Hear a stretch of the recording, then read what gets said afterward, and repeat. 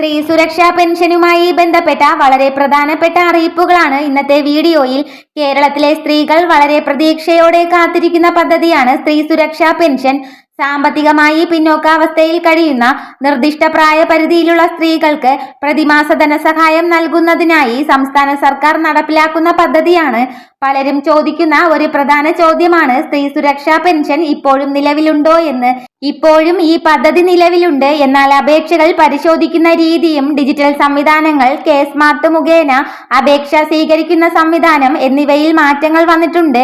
അതിനാൽ പഴയ രീതിയും പുതിയ രീതിയും തമ്മിലുള്ള വ്യത്യാസം മനസ്സിലാക്കേണ്ടതാണ്. ഇന്ന് സർക്കാർ സേവനങ്ങൾ കൂടുതലും ഡിജിറ്റൽ സംവിധാനത്തിലൂടെയാണ് നൽകുന്നത്. അതിന്റെ ഭാഗമായാണ് തദ്ദേശ സ്വയംഭരണ സ്ഥാപനങ്ങളുടെ സേവനങ്ങൾ കെ-സ്മാർട്ട് പ്ലാറ്റ്ഫോമിലേക്ക് മാറ്റിയത്. ഈ പദ്ധതിയിൽ അപേക്ഷിക്കാൻ ആഗ്രഹിക്കുന്നവർ ആദ്യം സ്വന്തം രേഖകൾ പരിശോധിക്കണം.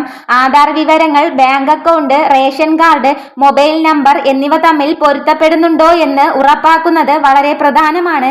ചെറിയ പിഴവുകൾ പോലും അപേക്ഷയുടെ നടപടികൾ വൈകിപ്പിക്കാൻ കാരണമാകും.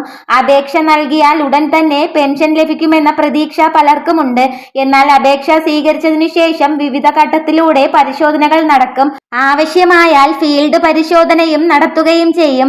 എല്ലാ പരിശോധനകളും വിജയകരമായി പൂർത്തിയാക്കിയാൽ മാത്രമേ ഗുണഭോക്താ പട്ടികയിൽ ഉൾപ്പെടുത്തുകയുള്ളൂ.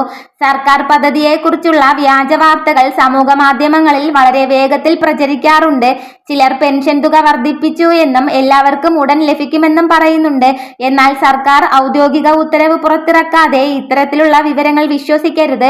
ഔദ്യോഗിക പ്രഖ്യാപനങ്ങളാണ് ഇപ്പോൾ വിശ്വസിക്കേണ്ടത്. സ്ത്രീ സുരക്ഷാ പെൻഷൻ ലഭിക്കുന്നവർ ഭാവിയിലും ചില കാര്യങ്ങൾ ശ്രദ്ധിക്കണം. ബാങ്ക് അക്കൗണ്ട് സജീവമായി നിലനിർത്തുക. ആവശ്യമായ രേഖകളിൽ മാറ്റമുണ്ടെങ്കിൽ കൃത്യസമയത്ത് പുതുക്കുക. സർക്കാർ ആവശ്യപ്പെടുന്ന പരിശോധനകളിൽ സഹകരിക്കുക. ഇവ പാലിക്കാത്ത സാഹചര്യത്തിൽ ചിലപ്പോൾ ആനുകൂല്യം വൈകുകയോ തടസ്സപ്പെടാനോ സാധ്യതയുണ്ട്. പലരും കരുതുന്നത് റേഷൻ കാർഡ് മാത്രമുണ്ടെങ്കിൽ പെൻഷൻ ലഭിക്കുമെന്നാണ്. റേഷൻ കാർഡ് ഒരു രേഖ മാത്രമാണ്. അപേക്ഷയുടെ വ്യക്തിഗത വിവരങ്ങൾ, കുടുംബ വിവരങ്ങൾ, വരുമാനവുമായി ബന്ധപ്പെട്ട വിവരങ്ങൾ, താമസ സ്ഥലം, മറ്റ് രേഖകൾ എന്നിവയും പരിശോധിക്കും. അപേക്ഷ നൽകുമ്പോൾ ആധാർ കാർഡിലുള്ള പേരും ബാങ്ക് അക്കൗണ്ടിലുള്ള പേരും പരമാവധി ഒരുപോലെ ആയിരിക്കണം. ചെറിയ അക്ഷര വ്യത്യാസങ്ങൾ പോലും ചിലപ്പോൾ പരിശോധനയിൽ തടസ്സം സൃഷ്ടിച്ചേക്കാം. അതുപോലെ ജനനത്തീയതി, മേൽവിലാസം, മൊബൈൽ നമ്പർ എന്നിവ ശരിയായിരിക്കണം. അപേക്ഷ നൽകിയതിനു മുൻപ് ഇവ പരിശോധിക്കുന്നത് പിന്നീട് ഉണ്ടാകാവുന്ന കാലതാമസം ഒഴിവാക്കാൻ സഹായിക്കുന്നു. അപേക്ഷ സമർപ്പിച്ച ശേഷം അപേക്ഷയുടെ പുരോഗതി ഇടയ്ക്കിടെ പരിശോധിക്കുന്നത് നല്ലതാണ്. രേഖകളിൽ എന്തെങ്കിലും കുറവുണ്ടെങ്കിൽ അത് എത്രയും വേഗം പരിഹരിക്കാൻ കഴിയും. അപേക്ഷയുടെ രസീത്, അംഗീകാര നമ്പർ, ബാങ്ക് വിവരങ്ങൾ, ആധാർ വിവരങ്ങൾ എന്നിവ ഭാവിയിൽ ആവശ്യമായി വരാൻ സാധ്യതയുണ്ട്. അതിനാൽ ഇവ നഷ്ടപ്പെടുത്താതിരിക്കുക.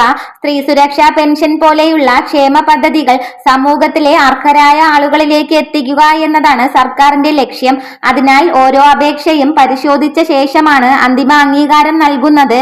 അപേക്ഷകർ ക്ഷമയോടെ നടപടിക്രമം പൂർത്തിയാക്കുന്നത് വരെ കാത്തിരിക്കണം.